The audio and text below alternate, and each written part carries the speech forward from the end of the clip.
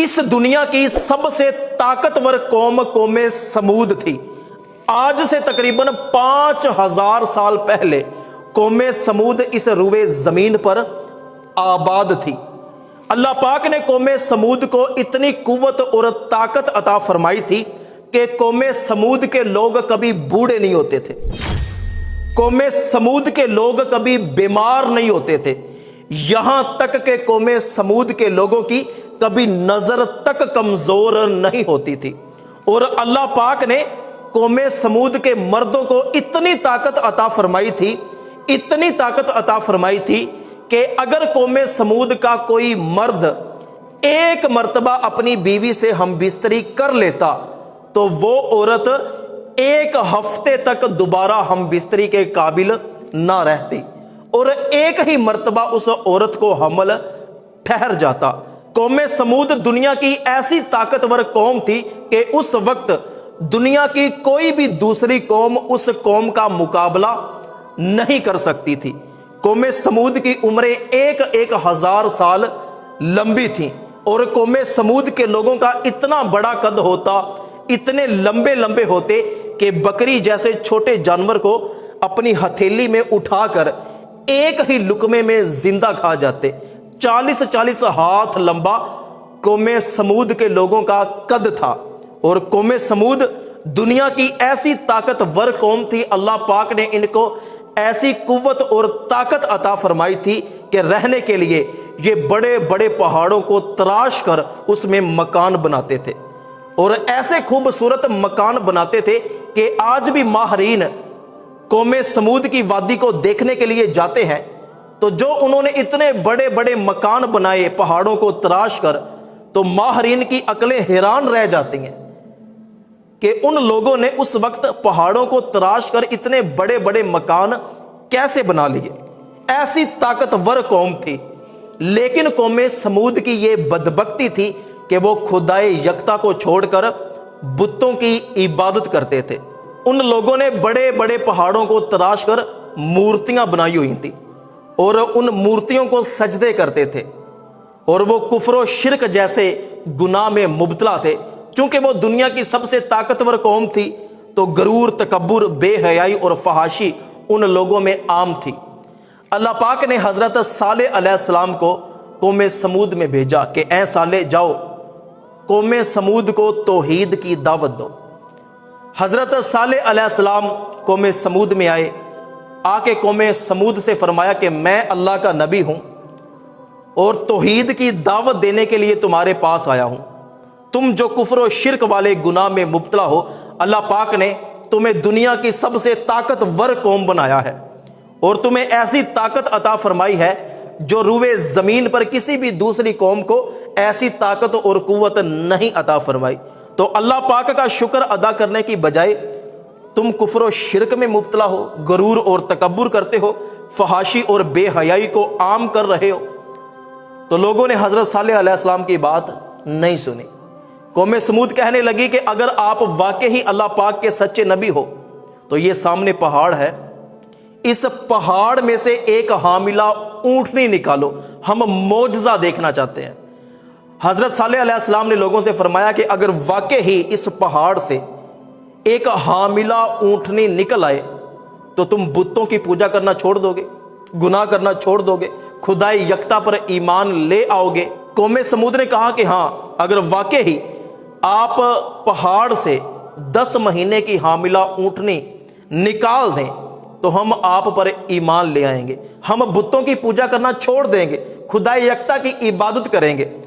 حضرت صالح علیہ السلام نے اللہ پاک کے حکم سے پہاڑ کی طرف اشارہ کیا تو پہاڑ سے ایک خوبصورت حاملہ اونٹنی نکلی، اور نکلتے ہی اس اونٹنی نے ایک بچے کو جنم دیا، اور وہ اونٹنی اتنی بڑی تھی کہ 60 ہاتھ لمبا اس اونٹنی کا پیٹ تھا، اور پھر اس اونٹنی نے اتنا دودھ دیا کہ قوم سمود کے بچے نے اس اونٹنی کا دودھ پیا، لیکن دودھ ختم نہ ہوا۔ وہ روزانہ اس اونٹنی کا دودھ دھوتے اور سارا قبیلہ پیتا، لیکن پھر بھی اونٹنی کا دودھ ختم نہ ہوتا۔ تو حضرت صالح علیہ السلام کا یہ معجزہ دیکھ کر بہت سے لوگ آپ پر ایمان لے آئے۔ لیکن قوم سمود کے کافی لوگ ایسے تھے کہ جنہوں نے انکار کر دیا. وہ کہنے لگے کہ سالے آپ جادو کرو. جادو کر کے آپ نے پہاڑ سے اونٹنی کو نکالا. اب کیا ہے کہ صالح علیہ السلام نے لوگوں سے فرمایا کہ اے لوگو، یہ اللہ پاک کی اونٹنی ہے، اس اونٹنی کو تکلیف نہیں پہنچانی، برے ارادے سے چھونا نہیں ہے، بس تم لوگوں نے اس کا دودھ پینا ہے. وہ لوگ جو ایمان نہیں لے کے آئے تھے ان کی آنکھوں میں یہ اونٹنی بڑی رڑکتی تھی. وہ اونٹنی سارا دن چراگاہوں میں پھرتی، لوگوں کی فصلوں میں چلی جاتی، باغوں میں چلی جاتی اور وہاں سے اپنا پیٹ بھر لیتی. تو جو کافر تھے، جو آپ پر ایمان نہیں لے کے آئے تھے، انہوں نے آپس میں بیٹھ کے مشورہ کیا کہ یہ اونٹنی تو ہماری فصلوں کو اجاڑ دیتی ہے، باغوں میں جا کے چرتی ہے، پھلوں کو خراب کرتی ہے، تو اس میں تو ہمارا نقصان ہو رہا ہے. یہ کبھی کسی فصل میں چلی جاتی ہے، کبھی کسی باغ میں چلی جاتی ہے، کوئی پوچھنے والا نہیں ہے. حضرت صالح علیہ السلام نے لوگوں سے فرمایا کہ یہ جس فصل میں جاتی ہے، جس باغ میں جاتی ہے، اس کا کوئی نقصان نہیں ہوگا، بلکہ اللہ پاک اسے دگنا عطا فرمائے گا. لیکن وہ لوگ پھر بھی باز نہ آئے. آپس میں بیٹھ کے منصوبے بناتے، مشورے کرتے کہ کسی نہ کسی طرح اس اونٹنی سے جان چھڑوائی جائے. تو لوگوں نے بیٹھ کے آپس میں مشورہ کیا کہ کیوں نہ ہم اس اونٹنی کو قتل کر دیں. تو انہوں نے 2 عورتوں کو لیا اور ان عورتوں سے کہا کہ جو ہماری قوم کے نوجوان ہیں، ان کو اپنے حسن و شباب میں مبتلا کرو اور ان سے وہ اونٹنی قتل کروا دو. تو وہ جو 2 عورتیں تھیں، انہوں نے قوم سمود کے کچھ جوانوں کو اپنے حسن و شباب میں مبتلا کیا. اپنا حسن و جمال دکھا کر ان سے یہ وعدہ لیا کہ پہلے وہ اونٹنی کو قتل کریں، پھر جو تم کہو گے ہم وہ کریں گے. تو کیا ہے کہ جب اونٹنی پانی پینے کے لیے آئی، قوم سمود کے لوگ ایک بڑے تالاب میں پینے والا پانی جمع کرتے تھے، اور وہ پہاڑوں کے اوپر سے پانی آتا تھا تو لوگ پینے کے لیے اس تالاب میں پانی جمع کر لیتے تھے. تو جب وہ اونٹنی تالاب سے پانی پیتی تو وہ سارا پانی پی جاتی، کیونکہ بہت بڑی اونٹنی تھی اور 60 ہاتھ لمبا اس کا پیٹ تھا. تو جب وہ اتنا پانی پیتی تھی پھر وہ اتنا ہی دودھ دیتی تھی. تو لوگوں نے صالح علیہ السلام سے شکایت کی کہ اس اونٹنی کو روکو، یہ تالاب سے پانی نہ پیے، یہ سارا پانی پی جاتی ہے. حضرت صالح علیہ السلام نے لوگوں سے فرمایا کہ ٹھیک ہے، ایک دن تم پانی پیا کرو، ایک دن یہ اونٹنی پانی پیے گی. تو لوگوں کو اونٹنی سے اس لیے بھی بڑا مسئلہ تھا کہ ایک دن ہم اس کی وجہ سے پانی سے محروم رہ جاتے ہیں، ہمیں دودھ پینا پڑتا ہے. تو کیا ہے کہ جب وہ اونٹنی اپنی باری پر تالاب میں سے پانی پینے کے لیے آئی تو کچھ نوجوانوں نے اونٹنی کے جو 4 پاؤں تھے ان کی رگیں کاٹ دی. خون نکلنا شروع ہو گیا اور اتنا خون نکلا کہ اونٹنی زمین پہ گر گئی. پھر ان بدبختوں نے اس اونٹنی کو تلواروں اور نیزوں کے ساتھ قتل کر دیا. جب یہ بات حضرت صالح علیہ السلام کو پتہ چلی تو آپ غصے میں آ گئے. لوگوں سے فرمایا کہ بدبختوں باز نہیں آئے، اللہ پاک کے عذاب کو پھر دعوت دے دی ہے. تو سنو، تمہارے پاس صرف 3 دن ہے، چوتھے دن اللہ پاک کا عذاب آئے گا. نشانی یہ ہے کہ پہلے دن تمہارے چہرے زرد ہو جائیں گے، دوسرے دن تمہارے چہرے سرخ ہو جائیں گے، اور تیسرے دن تمہارے چہرے کالے ہو جائیں گے، اور چوتھے دن اللہ کا عذاب تم پہ آ جائے گا. قوم سمود کے لوگ کہنے لگے کہ ہم بڑے طاقتور ہیں، ہم سے مقابلہ کون کرے گا؟ آپ جائیں، جو آپ کے ماننے والے ہیں ان کو لے جائیں اور یہاں سے چلے جائیں، ہم دیکھتے ہیں کہ کیسا عذاب آتا ہے. تو حضرت صالح علیہ السلام نے اپنے چاہنے والوں کو، جو اللہ پاک کی عبادت کرنے والے تھے، ان کو اپنے ساتھ لیا اور اس بستی کو چھوڑ کے چلے گئے.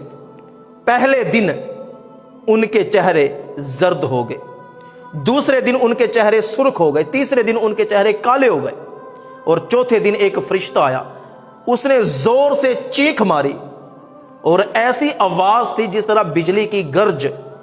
تو اتنی تیز آواز ہوتی گئی، آہستہ آہستہ اتنی تیز آواز ہوتی گئی کہ قوم سمود کے نافرمان لوگوں کے کانوں کے پردے پھٹ گئے، دل سینوں سے باہر نکل آئے، کلیجے پھٹ گئے، زلزلہ آ گیا اور وہ لوگ وہیں پہ مر گئے.